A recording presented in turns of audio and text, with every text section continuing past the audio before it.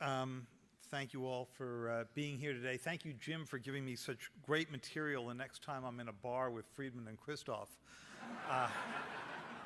I can start by asking him why he was learning Arabic in the past tense. It's a really interesting question.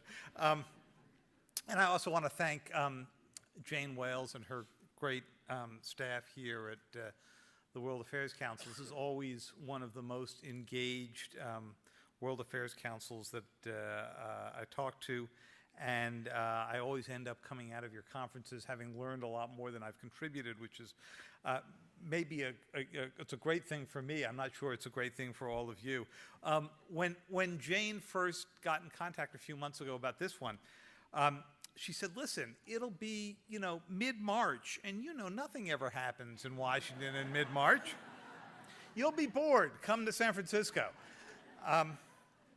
So last Sunday, I sat in one of our page one meetings during, another weekend we were churning out papers, and I heard somebody at the disembodied voice at the end of the speakerphone say, in that great editor's tone, okay, we've got an earthquake, a tsunami, a potential nuclear meltdown, the Saudis rolling into Bahrain, Gaddafi about to crush the rebels, the Arab League calling for a no-fly zone against one of their own neighbors, rioting in Yemen that's threatening one of our key partners against al-Qaeda, and someone in the back of the room yells out, so, anything for page one? It has been a really fascinating, remarkable, deeply tragic at moments, exhilarating at moments, complicated time in the world. And if you allow me, the briefest of self-interested plugs from my employer, I can tell you that this has been a period of time that has really shown why it is so important that we continue to have many news organizations.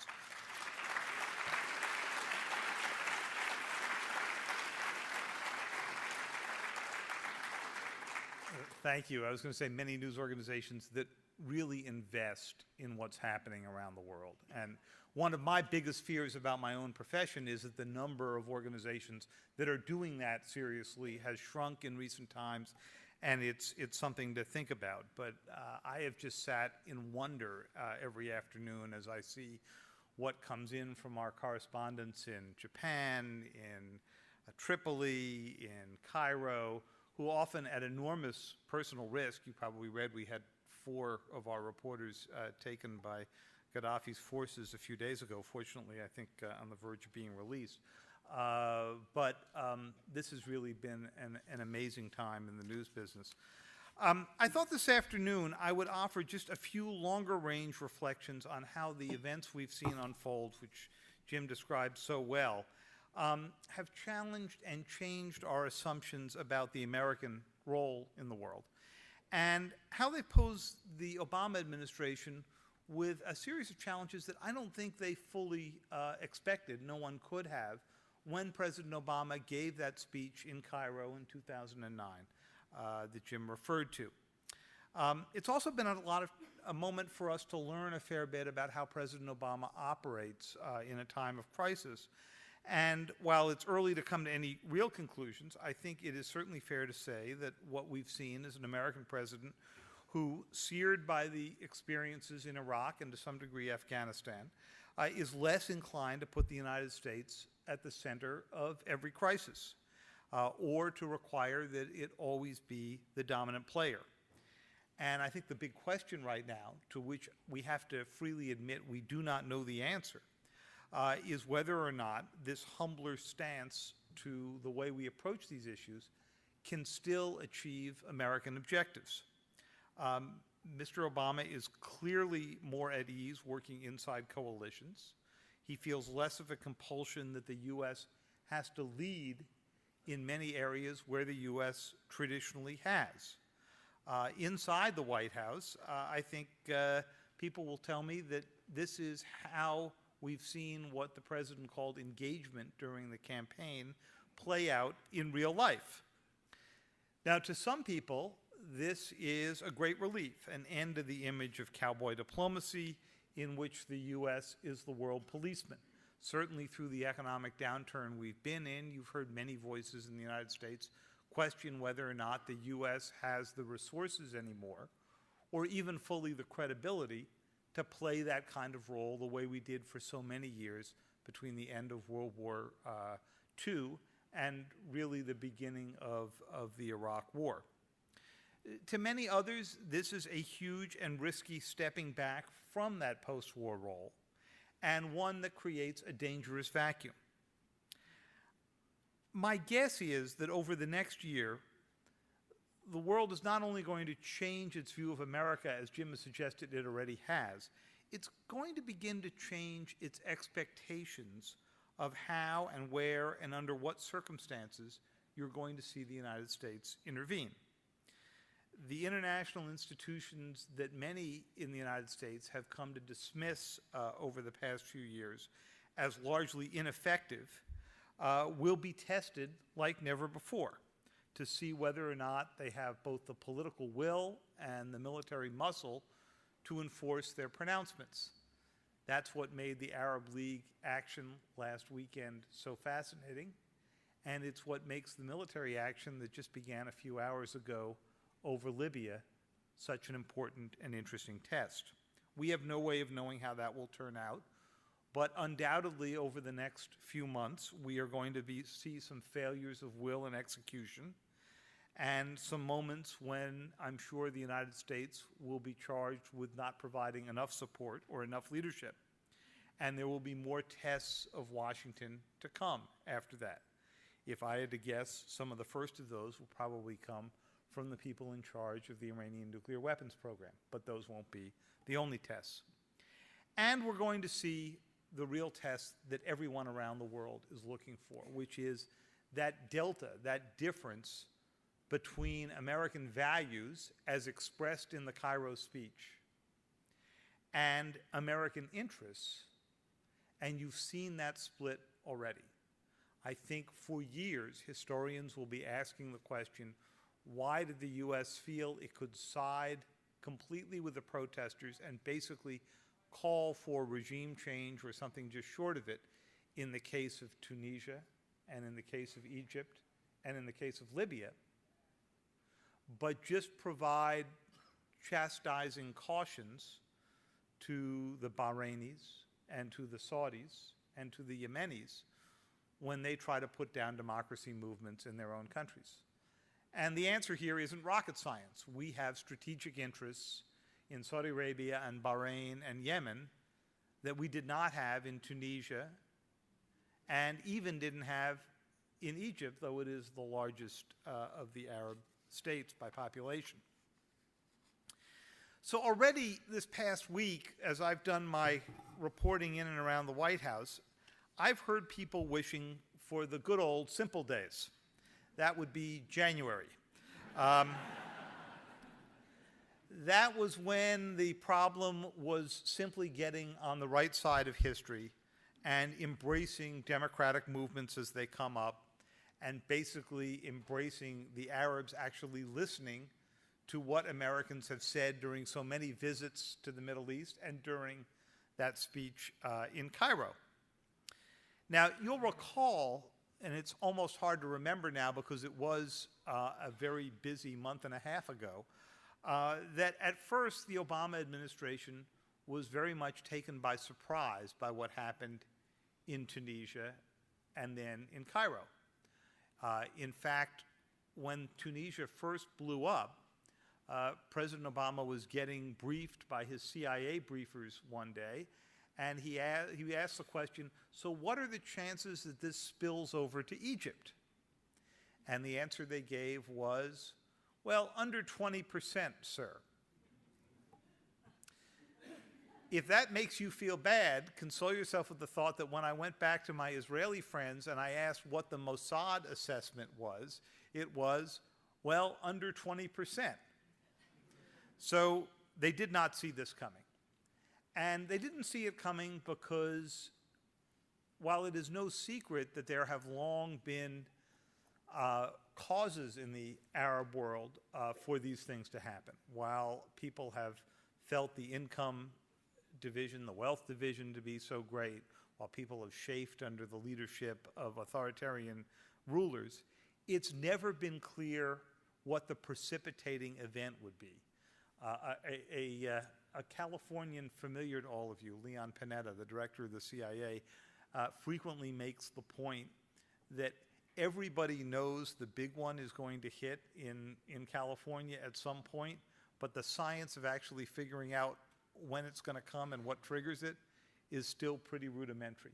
And to some degree, we have learned that in the social arena as well in the past few months. In fact, during the Tunisia uprising, there were some who thought it had to do with the self-immolation of a street seller who was being prohibited by the police from acting. There were some in the U.S. government, very senior officials, who thought that WikiLeaks had a fair bit to do with it, because the Tunisians read in these cables that everybody, including the American diplomats in Tunisia, understood the depth of the corruption of the government around them.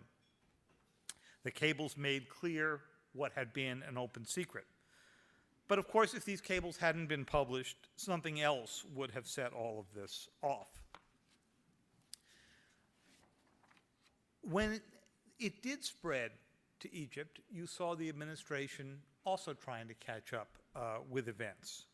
You saw Secretary of State Hillary Clinton make the statement on the first days of the Egyptian uprisings that Mr. Mubarak's government was stable, and she offered assurances that after years of American cautions to the Mubarak government, he finally understood that his government had to engage in gradual reform.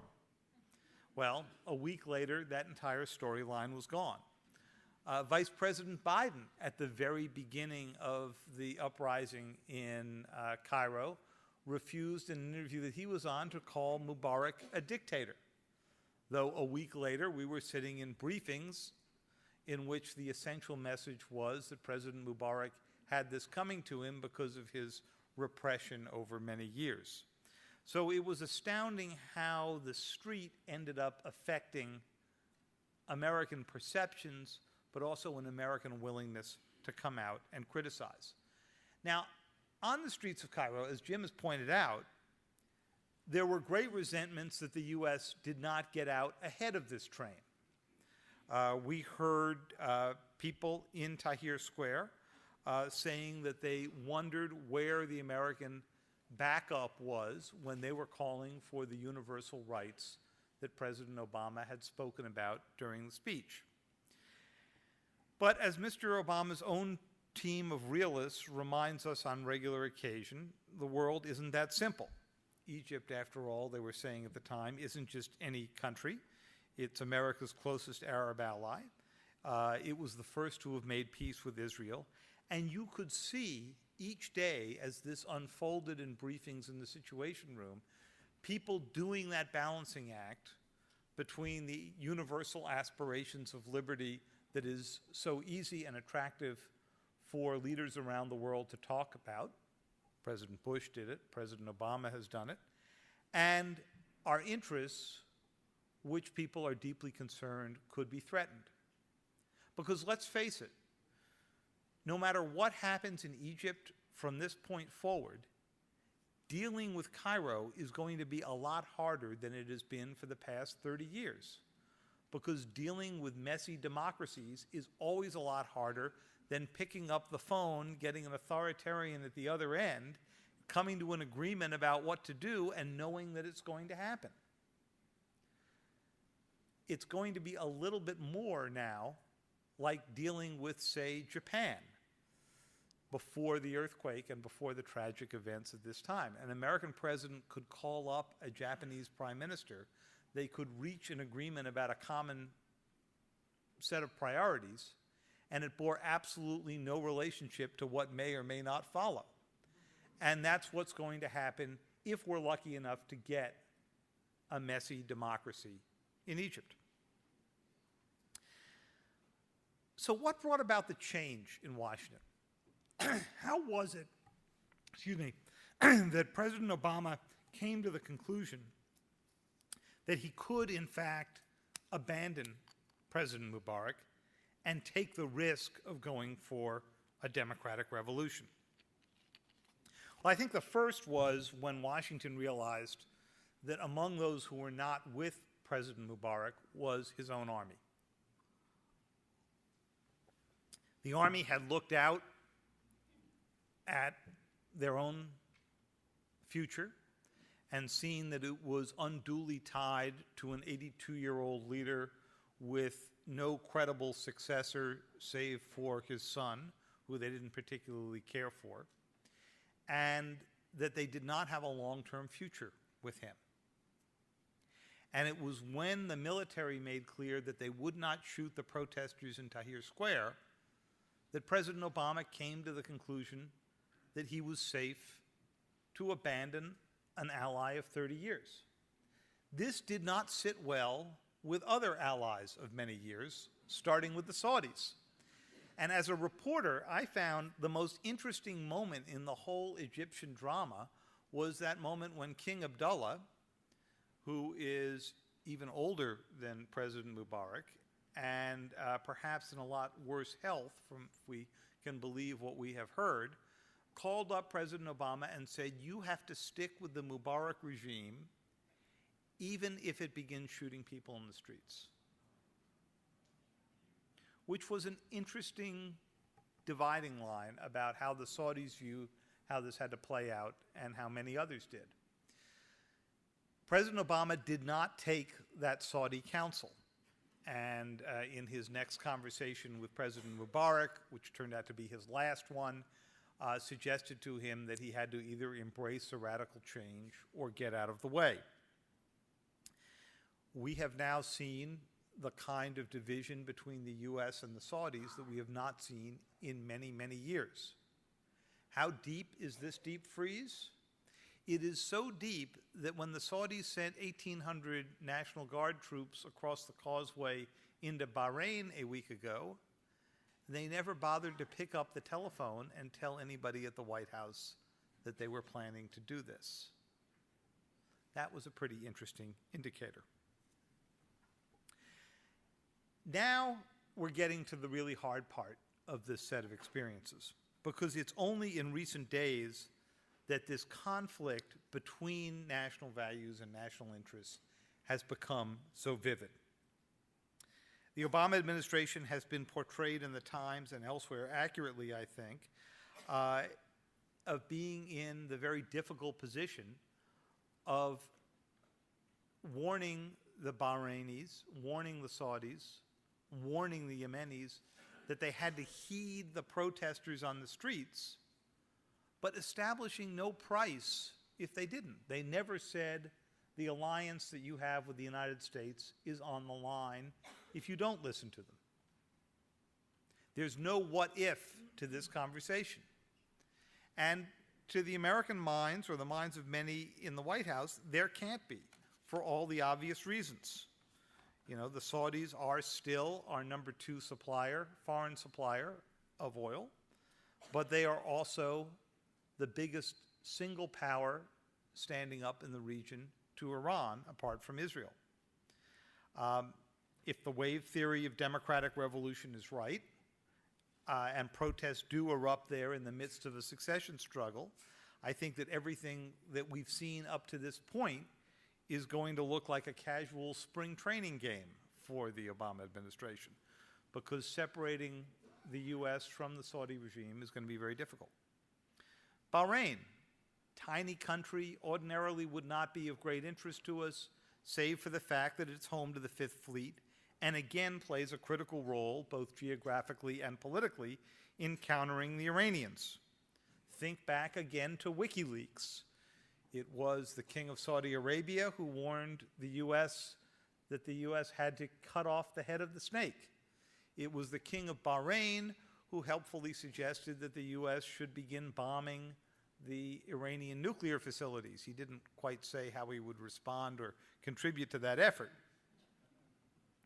And then, of course, we've got Yemen. Here's the hardest one. President Saleh is, of course, a strong ally, but he is also a strong authoritarian.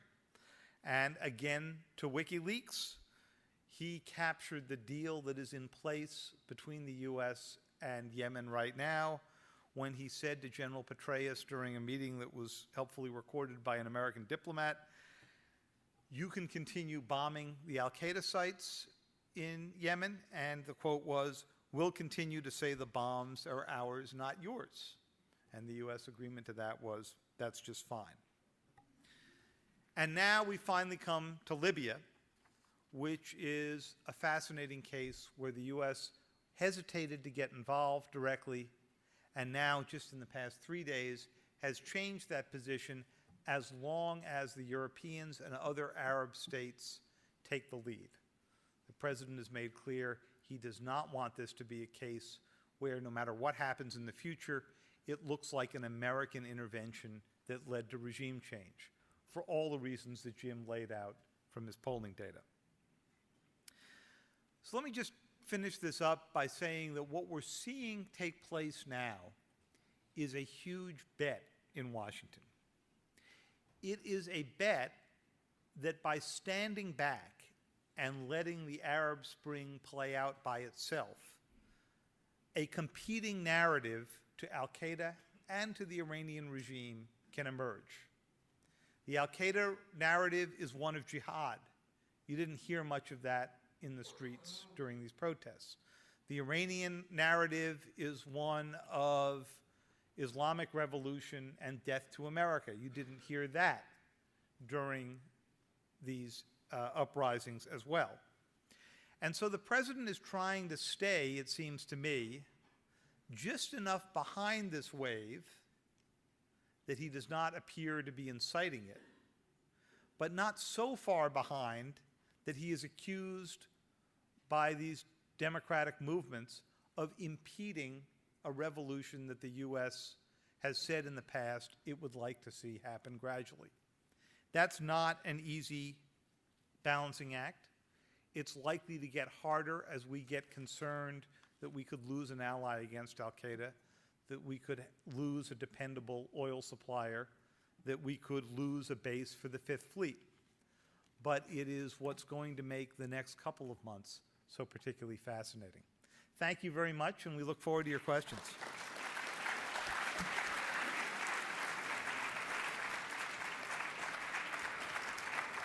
Thank you very much, David. I've been struck as I did the research for this discussion, reading your most recent articles, both of you. I had looked at your books, but I really read them more carefully. How much each of you, just as a person, this is more of a personal question to each of you, have been immersed in all of the issues that we're discussing at these many panels and the plenary sessions at this conference. And you touched on some of this, but just personally, starting with you, Jim, what excited you the most in these events of the recent months and weeks, not even months, and gave you the most hope, and what worries you the most? I think what excited me the most was was Cairo. I cried. I couldn't. I'm not surprised. I couldn't help but marvel at this human spirit manifesting itself in a uniquely Egyptian way. It was funny. They were funny, and they enjoyed themselves. And Tahrir Square became Woodstock, Arab style. And you know, it happened in Tunisia. Look, I love Tunisia and Tunisians, but big whoop. But you know, when the show comes to Cairo, it's like you play in Connecticut, that's cool, but Broadway's where you want to be. Cairo is New York, and it's the place that ultimately resonates. And so it clearly was exhilarating and in a very important personal way, I think, for many Arab and Arab Americans. What worries me is that nothing might happen. I mean, the vote today, while we're sitting here in Egypt, is going to be decisive. If the constitutional amendments pass, we may actually see very little change of the sort we want. This is the first test between sort of the powers that be and the revolution as Why? it continues. Because they don't go far enough? The amendments really don't fundamentally change the system. I mean, look, Mubarak left, but the regime is still there. And it's the military. And the question is, how much space do they create? And are they willing to create civilian oversight over all the industries they control? I mean, this is going back 150 years. The military in Egypt makes its own food, has its own hospitals, has its own schools, is a state within the state, and is the state. And the presidents have been creatures of the military. And I'm not sure what they give. I mean, you can have Libya not working, Bahrain not working, Yemen a mess, and Yemen's going to be a mess for a long time to come. But ultimately, Egypt is the show that has to succeed, to send the right message. And we don't know how it plays out yet, but I think it's still very exciting. How about you, David? Well, I think, and you probably share this, I suspect, Elizabeth, from our earlier conversation, and one of the reasons that journalism is such an interesting job is that you go into work with absolutely no idea what's going to come at you. And you that have day. to love it. And you got to be willing to live with a bit of unpredictability. But we're going to be debating for years what the trigger was here, because it's not entirely clear to me why the uprisings we've seen happen couldn't have happened instead in 1981 or 1991 or 2001.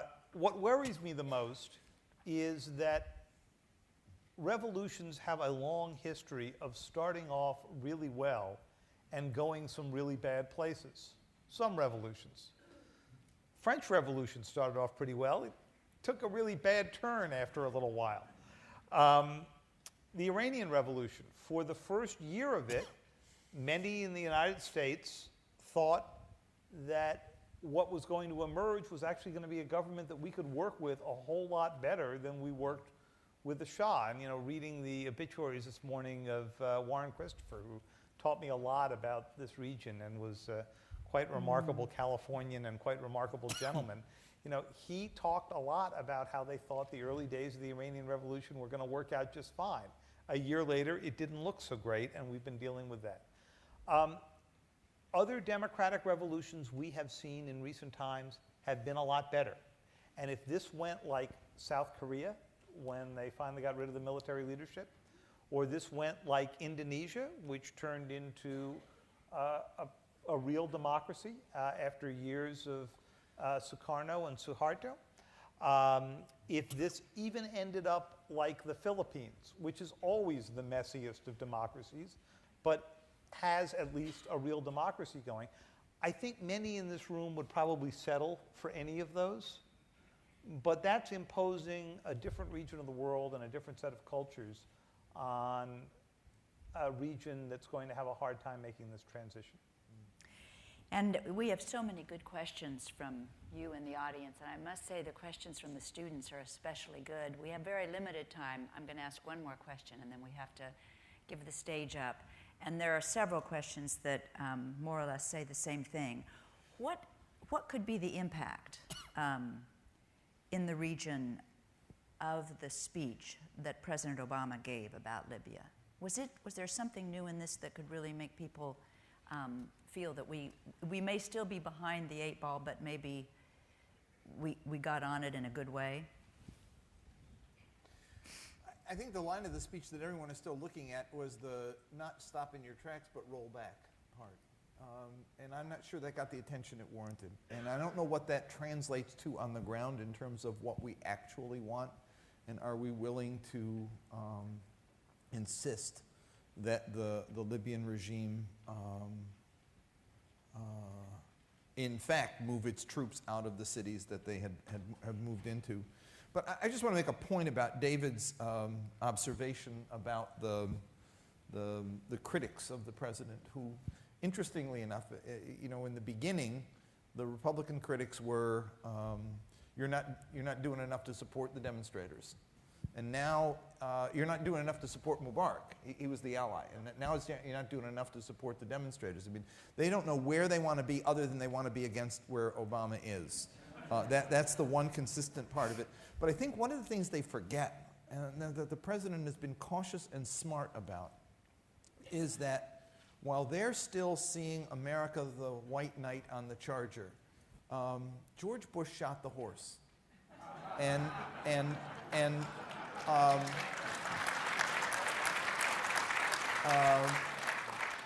tarnished the Charger and his reputation.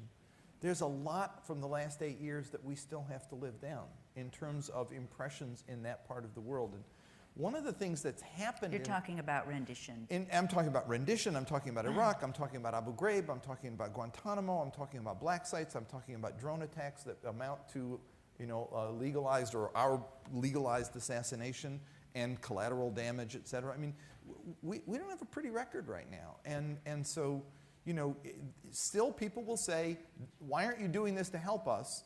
But at the same time, it's a hands-off when we do help, because motives are suspect and our reputation needs to be rebuilt.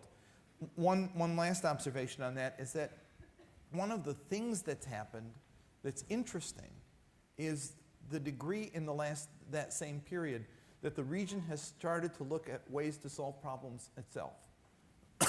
From the involvement of parties in trying to deal with the Lebanon situation, to Turkey's ill-fated effort to do the Syria-Israel talks, to Turkey playing a greater regional role now with Iran, and yes, as difficult as it is to imagine, the fact that the Saudi Arabians took the lead and forced a GCC resolution and took troops across the causeway into Bahrain is actually a significant departure from the past when the GCC did nothing and would only do a resolution saying, please send us troops and send them over here. I mean, we were their guest workers. And they're now doing this on their own, which is, I think, really significant. And the Arab League decision on Libya, which is now backed up with Arab states. I mean, it was Lebanon that introduced the resolution. It's Qatar who's offered troops. And so the fact is that, for better or for worse, whether we like it or not, the region is now empowering itself, both regimes and people, and that's a departure. And David, final remarks about the speech? What fascinates me is the degree to which the regime is actually going to, the different regimes within the Arab states are going to make good on that resolution. And what we saw over Libya today were French planes. If we actually see a significant contribution over the next few days from Qatar, from the UAE, maybe from Jordan, then we'll know, Jim, that what you just described is for real, that the region is picking up on that. But I think what I heard in the speech was the president still struggling very much with running a post-Iraq America.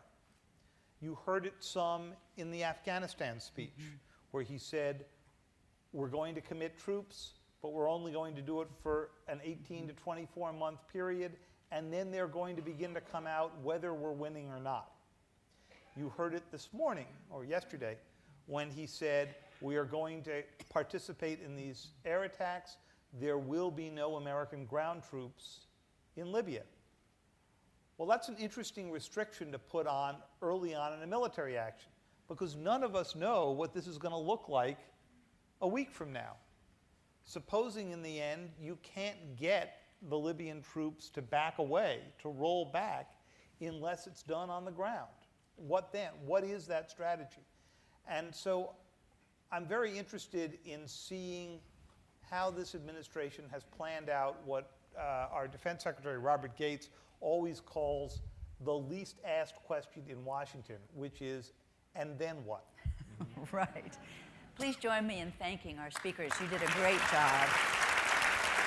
And I want to remind you that their books are for sale. And are you both signing right now? We're both signing. They're going to be signing their books right now. Actually, we're later. Are you? Well, I think Dave